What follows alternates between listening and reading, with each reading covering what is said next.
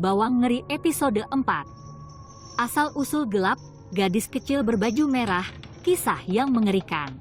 Jauh di pegunungan Taiwan yang diselimuti kabut, tempat pepohonan kuno membisikkan rahasia dan sungai menggumamkan kisah-kisah masa lalu, hiduplah seorang wanita muda bernama Xu Ai.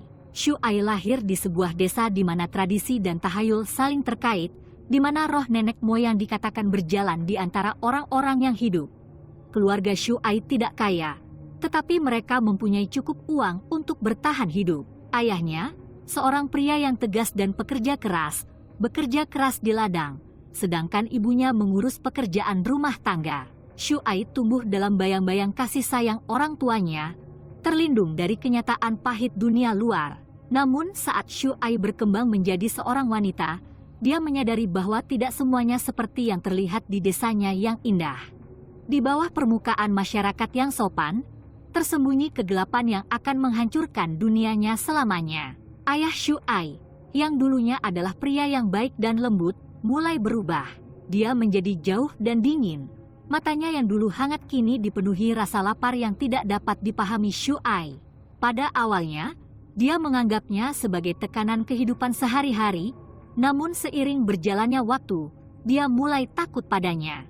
Itu dimulai dengan sebuah sentuhan, tangan yang menempel di bahunya, sentuhan jari di kulitnya. Xu Ai mencoba mengabaikannya, berpura-pura tidak ada yang salah, tapi kegelisahan menggerogoti isi hatinya seperti binatang lapar. Lalu terdengarlah bisikan-bisikan, gosip para wanita desa, pandangan sekilas, dan senyuman penuh arti. Mereka berbicara tentang ayah Xu Ai dan matanya yang berkeliling, tentang rumor yang berputar-putar seperti asap yang tertiup angin. Ibu Xu Ai menutup mata terhadap semua itu, menolak mengakui kebenaran yang ada di hadapannya. Dia mengubur dirinya dalam pekerjaannya, wajahnya menutupi ketabahan, sementara putrinya menderita dalam kesunyian.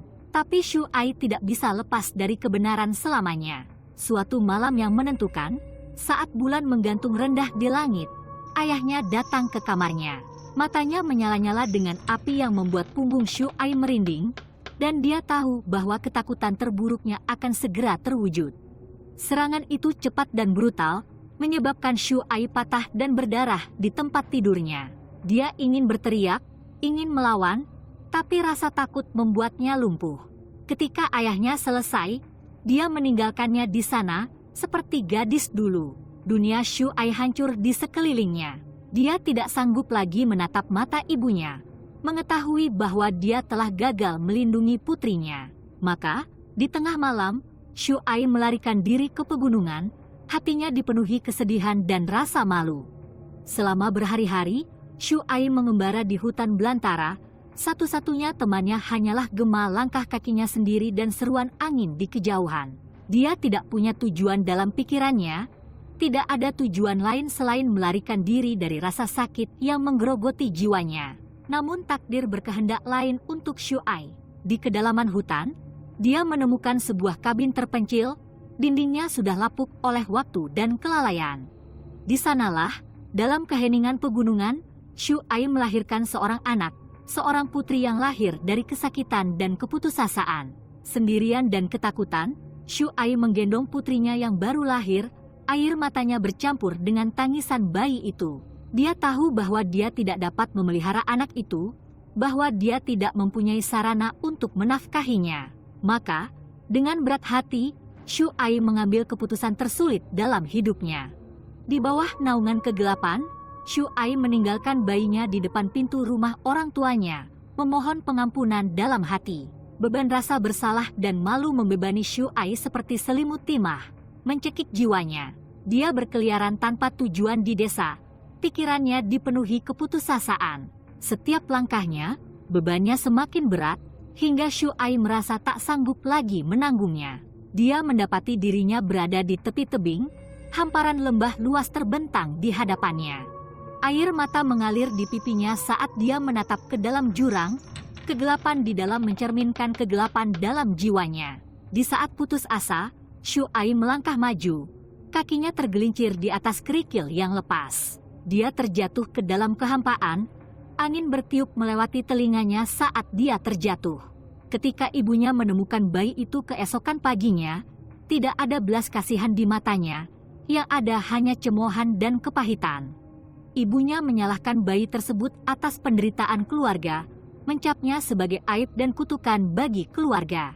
Oleh karena itu, bayi tersebut dikutuk dalam kehidupan yang diabaikan dan dianiaya.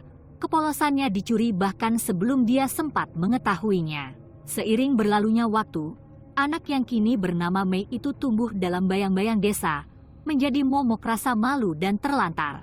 Penampilannya semakin meresahkan dan diselimuti bayang-bayang pengabaian dan pengabaian.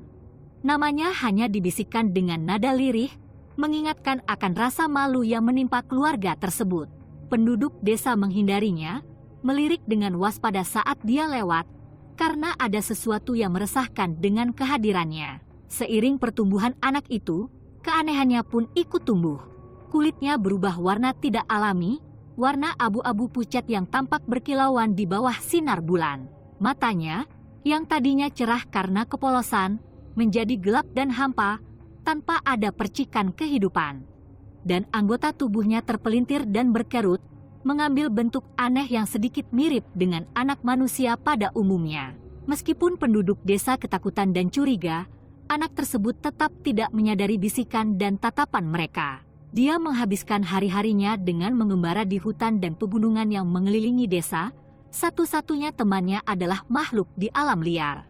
Dia merasakan kekerabatan yang aneh dengan mereka, seolah-olah hanya mereka yang memahami kesepian yang menggerogoti jiwanya. Namun seiring berjalannya waktu, keterasingan anak tersebut semakin mendalam. Dia menyaksikan dari balik bayang-bayang saat anak-anak lain bermain dan tertawa. Suara mereka mengingatkan akan kehidupan yang tidak akan pernah dia ketahui.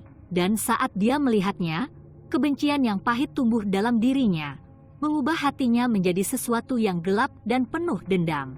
Selama tahun-tahun isolasi inilah tubuh anak mulai berubah. Pertumbuhan aneh muncul di kulitnya, tumor aneh yang berdenyut dengan cahaya hijau yang menyakitkan. Tulangnya melengkung dan terpelintir, membentuk bentuk tidak wajar yang menyebabkan rasa sakit yang tak terbayangkan. Dan pikirannya, yang sudah rapuh karena diabaikan selama bertahun-tahun, mulai terurai, diliputi oleh kegilaan yang lahir dari kesepian dan keputusasaan. Meski berusaha sekuat tenaga untuk menyembunyikan sifat aslinya, Mei tidak bisa lepas dari bisikan dan tatapan penduduk desa. Mereka menghindarinya dengan cara apapun, menyeberang jalan untuk menghindari lewat terlalu dekat, melemparkan pandangan waspada ke bahu mereka saat mereka bergegas pergi.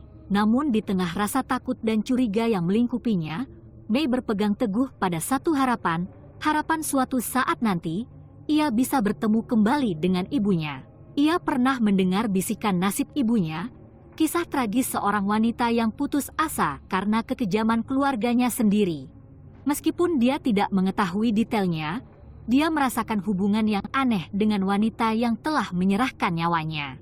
Namun, harapan Mei pupus ketika neneknya, didorong oleh rasa takut, kebencian dan tahayul, memutuskan untuk menyingkirkan anak terkutuk itu untuk selamanya dari keluarga tersebut. Suatu hari yang menentukan, neneknya membujuknya ke pegunungan dengan alasan piknik. Saat mereka berjalan semakin jauh ke dalam hutan belantara, niat sebenarnya wanita tua itu menjadi jelas.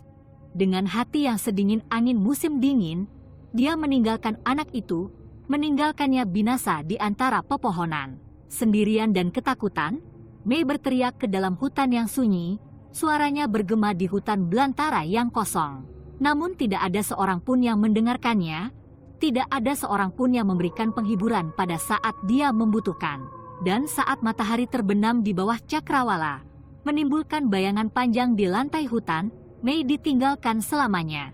Di jantung hutan belantara yang belum terjamah, Mei berjuang untuk bertahan hidup melawan kerasnya alam. Ditinggalkan oleh neneknya, dia harus mengurus dirinya sendiri di dunia yang tidak menunjukkan belas kasihan padanya. Namun, meski ada banyak rintangan yang menghadangnya, Mei menolak untuk menyerah pada keputusasaan. Hari berganti minggu, dan minggu menjadi bulan saat Mei berjuang mencari makanan di lanskap yang tak kenal ampun. Dia mengais-ngais sisa makanan, memakan apapun yang bisa dia temukan untuk menenangkan rasa lapar yang menggeram di perutnya. Tanah berderak di sela-sela giginya, cacing menggeliat di mulutnya, dan serangga menggeliat di perutnya. Hidupnya tidak seberapa, tapi Mei sudah terbiasa dengan kesulitan. Keinginannya untuk bertahan hidup tak kenal menyerah. Suatu malam, saat Mei duduk di tepi sungai, perutnya keroncongan karena lapar, dia mendengar suara gemerisik di semak-semak di dekatnya. Waspada dan hati-hati, dia menyaksikan sekelompok makhluk kecil aneh muncul dari dedaunan. Mereka adalah gremlin, makhluk aneh dengan telinga lancip dan seringai nakal. Pada awalnya, Mei ragu-ragu, tidak yakin apa yang harus dilakukan terhadap makhluk-makhluk ini. Namun saat mereka mendekat, dia tidak merasakan adanya kebencian dalam sikap mereka. Mereka berbicara kepadanya dalam bahasa yang dia tidak mengerti, tapi sikap mereka bersahabat, dan Mei segera mendapati dirinya tertarik pada tingkah lucu mereka. Para gremlin membimbing Mei, mengajarinya cara-cara di hutan dan seni bertahan hidup. Mereka menunjukkan kepadanya tumbuhan mana yang aman untuk dimakan dan mana yang beracun, cara berburu dan memasang perangkap, dan bahkan cara berkomunikasi dengan binatang di hutan. Namun ajaran mereka tentang hipnosislah yang paling membuat Mei penasaran. Dengan bimbingan mereka, dia belajar memanipulasi pikiran orang-orang di sekitarnya, menundukkan keinginan mereka sesuai perintahnya. Itu adalah keterampilan yang kuat, yang Mei tahu bisa dia gunakan untuk keuntungannya. Ketika Mei semakin mahir menggunakan hipnosis, sebuah rencana mulai terbentuk di benaknya, rencana untuk membalas dendam. Dia ingat kekejaman keluarganya, pengabaian dan penganiayaan yang dia alami di tangan mereka. Dan dia tahu sudah waktunya membuat mereka membayar. Tapi Mei juga tahu bahwa dia tidak bisa mengandalkan para gremlin untuk membantunya membalas dendam. Mereka adalah makhluk yang baik hati, tidak bersalah dalam kenakalan mereka, dan dia tidak ingin melibatkan mereka dalam perbuatan gelapnya. Jadi dia menyembunyikan rencananya, mempraktikkan teknik hipnosisnya secara rahasia, menunggu waktunya sampai dia siap untuk menyerang. Saat gadis itu menerima kekuatan barunya, dia merasakan perubahan terjadi pada dirinya. Bentuk aslinya yang polos berubah dan berubah bentuk, menjadi sesuatu yang sama sekali berbeda dari dunia lain. Dan dengan demikian, lahirlah legenda gadis kecil berbaju merah. Di jantung hutan lebat Taiwan, legenda gadis kecil berbaju merah menjadi kenyataan, menyebarkan rasa takut dan terpesona. Meski kisah-kisah tersebut memikat imajinasi banyak orang, hanya sedikit yang memahami teror sebenarnya yang mengintai di balik permukaan. Saat itu malam berkabut di pegunungan ketika Mei pertama kali muncul. Udara dipenuhi kelembapan, kabut menyelimuti lanskap dengan selubung yang menakutkan. Para pendaki berjalan dengan hati-hati di sepanjang jalan yang berkelok-kelok, kewaspadaan mereka tinggi terhadap tanda-tanda bahaya. Di antara mereka ada sekelompok teman, tawa mereka bergema di hutan saat mereka melewati medan yang terjal. Mereka masih muda dan riang, tidak menyadari kegelapan yang mengintai di balik pepohonan. Saat mereka mengitari tikungan jalan setapak, mereka melihatnya, sosok tubuh berdiri di tepi lapangan, wujudnya tertutup kabut yang berputar-putar. Dia mengenakan gaun merah, kainnya mengepul di sekelilingnya seperti jubah darah. Rambutnya tergerai kusut di sekitar wajahnya, dan matanya terbakar dengan intensitas yang membuat mereka merinding. Untuk sesaat, kelompok itu berdiri membeku ketakutan, tidak yakin apa pendapat mereka tentang penampakan misterius di hadapan mereka. Namun saat mereka menyaksikan, gadis itu melangkah maju, gerakannya lambat dan hati-hati. "Siapa kamu?" salah satu pendaki berseru, suaranya gemetar ketakutan. Namun gadis kecil berbaju merah tidak menjawab. Sebaliknya, dia berbalik dan menghilang ke dalam kabut, meninggalkan kelompok itu berdiri dalam keheningan yang tertegun. Ketika berita tentang pertemuan itu menyebar, legenda gadis kecil berbaju merah pun menjadi kenyataan. Orang-orang berbisik tentang kehadiran hantunya yang menghantui lereng gunung, tawanya yang menakutkan bergema di balik pepohonan. Namun di tengah ketakutan dan ketidakpastian, ada orang-orang yang berusaha mengungkap kebenaran di balik legenda mengerikan tersebut. Salah satu orang tersebut adalah seorang pensiunan jurnalis bernama Liang yang bertekad untuk mengungkap misteri gadis kecil berbaju merah dan warisan mengerikannya. Berbekal akal dan tekad, Liang berangkat untuk menyelidiki asal-usul legenda tersebut. Dia menyisir artikel-artikel surat kabar lama dan mewawancarai para saksi mata, menyusun teka-teki tentang kehadiran gadis berbaju merah yang menghantui. Namun semakin dia menyelidiki misterinya, kebenarannya semakin sulit dipahami. Setiap petunjuk yang dia kejar sepertinya lenyap begitu saja, membuatnya semakin sulit untuk mengungkap kebenaran di balik legenda tersebut. Liang menggali lebih dalam misterinya, kebenaran tampaknya semakin menjauh, membuatnya frustrasi dan putus asa mencari jawaban. Setiap petunjuk yang dia ikuti berakhir dengan jalan buntu, membuatnya semakin bingung dari sebelumnya. Kemudian, pada suatu malam yang berkabut, dia menemukan sebuah video di YouTube yang akan mengubah segalanya. Video bertajuk "Gadis Kecil Taichung Dakeng Berbaju Merah" menarik perhatian Liang. Dengan tangan gemetar, dia mengklik link tersebut, rasa penasarannya terusik. Saat rekaman diputar, Liang mendekat, matanya membelalak tak percaya. Di sana, di layar, ada gadis kecil berbaju merah, bergerak dengan keanggunan dunia lain yang membuat punggung Liang merinding. Matanya, gelap dan hampa, seolah menatap langsung ke dalam jiwanya, dan perasaan tidak nyaman menyelimuti dirinya. Tapi yang benar-benar membuat Liang merinding adalah gadis kecil yang bersembunyi di balik bayang-bayang. Gadis kecil berbaju merah, nyaris tak terlihat di balik dedaunan lebat. Itu adalah Mei, kehadirannya tidak salah lagi bahkan dalam rekaman yang kasar. Saat Liang memperhatikan, mata Mei sepertinya mengikutinya, tatapannya dipenuhi dengan intensitas gelap yang membuat tulang punggungnya merinding. Seolah-olah dia tahu pria itu sedang memperhatikannya, seolah-olah dia menantangnya untuk mengungkap kebenaran di balik legenda mengerikan itu. Bertekad untuk mengungkap misteri tersebut, Liang melanjutkan penyelidikannya, menghubungi para saksi dan menjelajahi internet untuk mencari informasi apapun yang dapat dia temukan. Namun seiring berjalannya waktu, kehadiran Mei semakin membayang di benaknya, bayangannya menghantui setiap pikirannya. Liang duduk di luar kabin kecil swaannya, menikmati momen tenang sambil merokok sambil istirahat. Udara segar dan sejuk, suara hutan di sekelilingnya bagaikan pelukan yang menenangkan.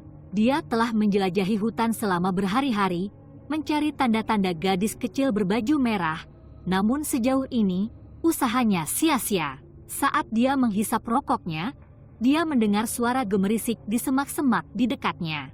Dia mendongak, mengira akan melihat seekor binatang kecil melesat melewati semak-semak, namun sebaliknya, dia melihatnya, Mei, gadis kecil berbaju merah, berdiri di hadapannya seolah-olah dia muncul dari udara. Jantung Liang berdetak kencang ketika dia menatap Mei, pikirannya berjuang untuk memahami apa yang dilihatnya. Dia persis seperti yang dia bayangkan, kecil dan lembut, dengan mata cerah dan senyum nakal. Dia merasakan gelombang kegembiraan melanda dirinya, rasa penasarannya terguncang oleh kemunculannya yang tiba-tiba. Gadis kecil, dia berseru, melompat berdiri dan mengambil langkah ke arahnya. Tunggu. Namun Mei hanya tertawa. Terdengar suara gemerincing yang menggema di hutan. Dia berbalik dan berlari ke semak-semak, menghilang dari pandangan bahkan sebelum Liang sempat berkedip. Didorong oleh lonjakan adrenalin yang tiba-tiba, Liang mengejarnya, jantungnya berdebar kencang. Dia menerobos semak-semak, indranya dalam kewaspadaan tinggi saat dia mengikuti Mei lebih jauh ke dalam hutan. Dia tidak tahu mengapa dia muncul di hadapannya atau kemana dia membawanya. Tapi dia tidak bisa menghilangkan perasaan bahwa dia berada di ambang penemuan besar. Saat dia berlari, hutan di sekelilingnya tampak hidup. Pepohonan membisikkan rahasia dan bayang-bayang menari-nari di tepi pandangannya. Dia merasa seolah-olah dia sedang ditarik menuju sesuatu, ditarik ke depan tanpa dapat dielakkan oleh kekuatan yang tidak dapat dia pahami. Tiba-tiba, dia menyerbu ke sebuah lapangan kecil. Udaranya dipenuhi aroma pinus dan tanah. Dan di sana, berdiri di tengah lapangan, adalah Messi, gadis kecil berbaju merah. Dia tersenyum padanya, matanya berbinar karena kenakalan. Kau menemukanku, katanya, suaranya bagaikan angin yang menembus pepohonan. Liang menyeringai, jantungnya berdebar kencang. Ya, katanya, tapi kenapa kamu lari? Aku ingin bicara denganmu. Senyum Mei melebar, dan dia memberi isyarat agar dia mendekat. Ayo, katanya. Ada sesuatu yang ingin kutunjukkan padamu. Liang merasakan sensasi aneh menyapu dirinya, kesemutan di benaknya yang tidak bisa dia hilangkan. Dia mengambil satu langkah ke depan, matanya tertuju pada mata Mei, merasa seolah-olah dia ditarik ke arahnya oleh kekuatan yang tak terlihat. Saat dia mendekat, Mei mengulurkan tangan kecil dan meletakkannya di lengannya. Sentuhannya lembut dan hangat, membuat tulang punggung Liang merinding. Tiba-tiba dia merasakan ketenangan menyapu dirinya, pikirannya menjadi kabur dan jauh seolah diselimuti kabut. Ikuti aku, bisik Mei, suaranya bagaikan angin sepoi-sepoi di keheningan hutan. Liang mengangguk, gerakannya lambat dan hati-hati saat dia mengikuti Mei lebih jauh ke dalam hutan. Dia merasa seolah-olah berada dalam mimpi, indranya tumpul dan pikirannya melayang masuk dan keluar dari fokus. Pepohonan mendekat di sekeliling mereka, cabang-cabangnya menjulur seperti jari-jari keriput di bawah cahaya redup. Liang tersandung akar dan bebatuan, pandangannya tertuju pada sosok kecil Mei di depannya. Dengan setiap langkahnya, dunia di sekitarnya tampak kabur dan memudar, hingga yang ada hanyalah Mei dan suaranya bergema di telinganya. Teruskan, bisiknya, kata-katanya merupakan melodi menenangkan yang membungkus dirinya seperti kepompong. Percayalah kepadaku. Dan Liang mempercayainya dengan keyakinan buta yang tidak bisa dia jelaskan. Dia mengikuti Mei lebih jauh ke dalam hutan, pikirannya kosong dari segala pikiran kecuali keinginan untuk tetap berada di sisinya. Berjam-jam berlalu, dan mereka tetap melanjutkan perjalanan semakin dalam ke jantung hutan. Liang tidak tahu sudah berapa lama mereka berjalan atau kemana mereka pergi, tapi dia tidak peduli. Yang penting hanyalah Mei dan hubungan aneh yang dia rasakan padanya. Akhirnya, mereka sampai di sebuah tempat terbuka kecil. Udaranya dipenuhi aroma tanah lembab dan tumbuh-tumbuhan.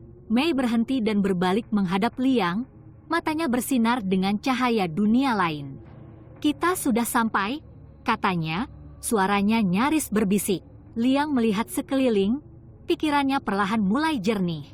Dia menyadari dengan kaget bahwa dia telah terhipnotis, terpikat ke kedalaman hutan oleh kekuatan misterius Mei. Tapi sebelum dia sempat bereaksi, Mei melangkah maju dan meletakkan jari ke bibirnya, membungkamnya. "Tutup matamu," bisiknya, "dan buka pikiranmu." Dan saat Liang memejamkan mata, dia merasakan gelombang energi menyapu dirinya, membuatnya merasa heran dan kagum. Dia tahu bahwa dia berada di ambang penemuan besar, bahwa rahasia gadis kecil berbaju merah berada di luar jangkauannya. Dan dengan gadis kecil berbaju merah di sisinya, dia siap untuk membukanya, berapapun risikonya.